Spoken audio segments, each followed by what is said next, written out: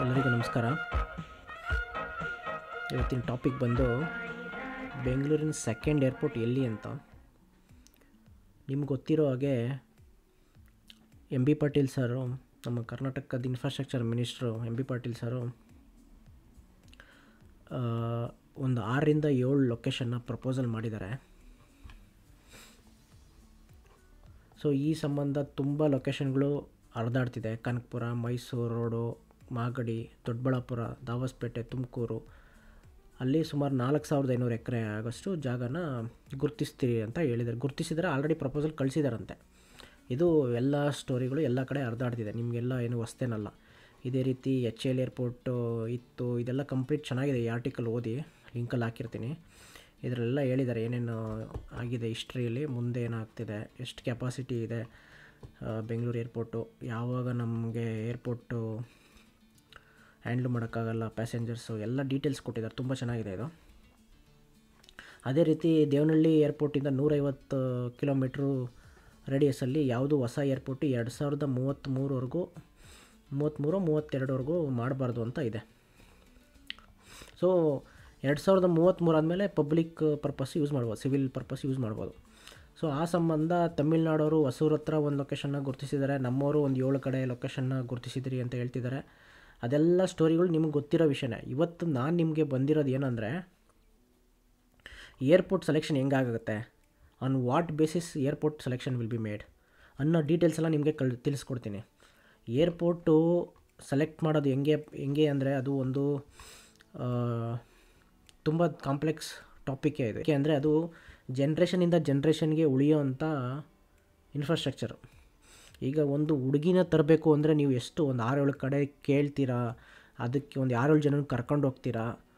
ಆ ಹುಡುಗಿ ಹಾಡು ಹೇಳೋಕ್ಕೆ ಬರುತ್ತಾ ಅಂತ ಕೇಳ್ತೀರಾ, ಉದ್ದ ದಪ್ಪ, ಇದು ನಮ್ಮ ಹುಡುಗನಿಗೆ ಅಡ್ಜಸ್ಟ್ ಆಗ್ತಾಳ ಈ ಹುಡುಗಿ, ನಮ್ಮ ಮನೆಗೆ ಹೊಂದ್ಕೊತಾರ, ಎಲ್ಲನೂ ಮ್ಯಾಟ್ರ್ ಆಗುತ್ತೆ. ಅದೇ ರೀತಿ ಏರ್ಪೋರ್ಟ್ನೂ ಕೂಡ ಸೆಲೆಕ್ಟ್ ಆಗಬೇಕು ಅಂದರೆ ಅದಿದ್ರೆ ಅದು ಒಂದು ಟೀಮ್ ಇರುತ್ತೆ, ಆ ಟೀಮ್ ಮೂಲಕನೇ ಸೆಲೆಕ್ಟ್ ಮಾಡೋದು. ಇದೇ ರೀತಿಯೇ ನಮಗೆ ಹಿಂದೆ ದೇವನಹಳ್ಳಿ ಏರ್ಪೋರ್ಟ್ ಸೆಲೆಕ್ಟ್ ಆಗಬೇಕಾದ್ರೂ ಇದೇ ಥರ ಒಂದು ಟೀಮ್ ಹೋಗಿತ್ತು, ಆ ಟೀಮೇ ಸೆಲೆಕ್ಟ್ ಮಾಡಿರೋದು. ನಿಮಗೆ ಇದೆಲ್ಲ ಡಾಕ್ಯುಮೆಂಟಲ್ಲಿ ಎಲ್ಲ ಇದೆ, ನಿಮಗೆ ಇದು ಕೂಡ ಲಿಂಕ್ ಹಾಕಿರ್ತೀನಿ.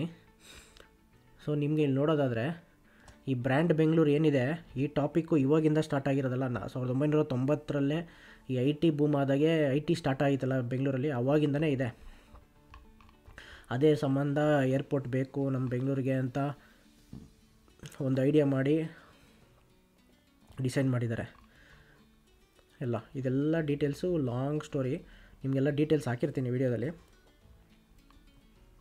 ಸೊ ಇದರಲ್ಲೂ ಕೂಡ ನಮ್ಮ MLA DK ಶಿವಕುಮಾರ್ ಆಗಿದ್ದ MLA ಎಲ್ಲ ಮಾತಾಡಿದ್ದಾರೆ ಅಸೆಂಬ್ಲಿಲಿ, ಏನೋ ಆಗಲೂ ಕೂಡ ತುಂಬ ಇಂಟ್ರೆಸ್ಟ್ ತೋರಿಸಿದ್ದಾರೆ ಅವರು.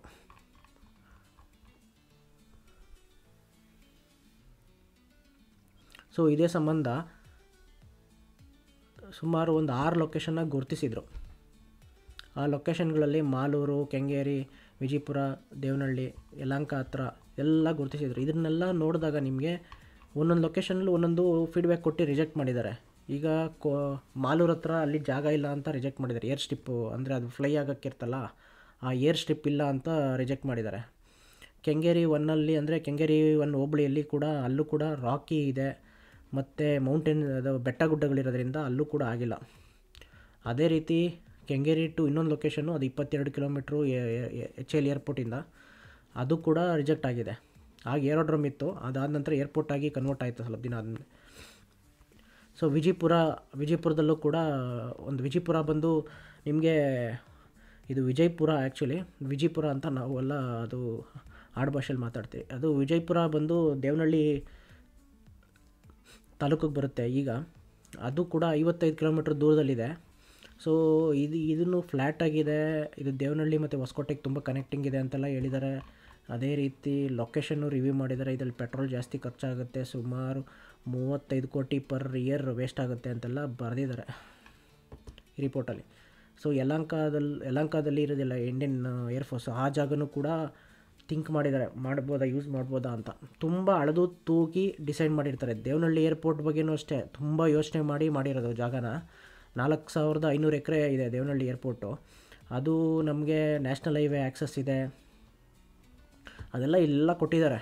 ಸೊ ಇಲ್ಲಿ ಸುಮಾರು ನೋಡಿ 29 ಕಿಲೋಮೀಟ್ರು ಬೆಂಗಳೂರು ಹೈವೇಗೆ ನ್ಯಾಷನಲ್ ಹೈವೇ ಕನೆಕ್ಟ್ ಆಗಿದೆ, ಬೆಂಗಳೂರು ಹೈದರಾಬಾದ್ ಹೈವೇಗೆ, ಮತ್ತು ರೈಲ್ವೆ ಇದಿದೆ.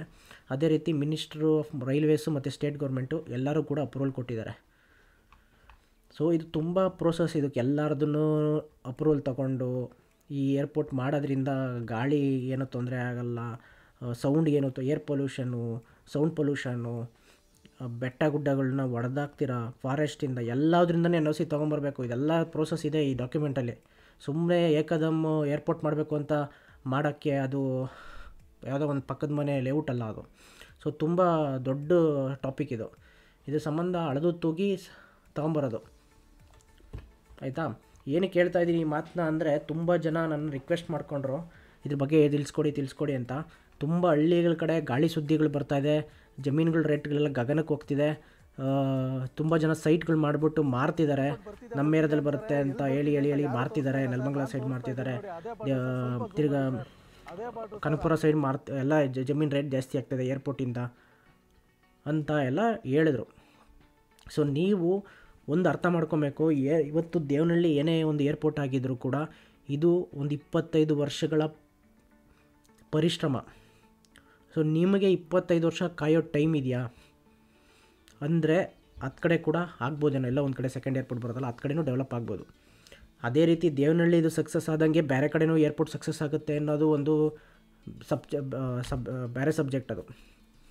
ಸೊ ಟೋಟಲಾಗಿ ಹೇಳಬೇಕು ಅಂದರೆ ಏರ್ಪೋರ್ಟ್ ಬರೋ ಕಡೆ ಜಮೀನಂತೂ ಬರುತ್ತೆ, ಬೆಲೆ ಬರುತ್ತೆ. ಅದು ಯಾವಾಗ ಬರುತ್ತೆ ಅನ್ನೋದೇ ಒಂದು ಕ್ವಶನ್.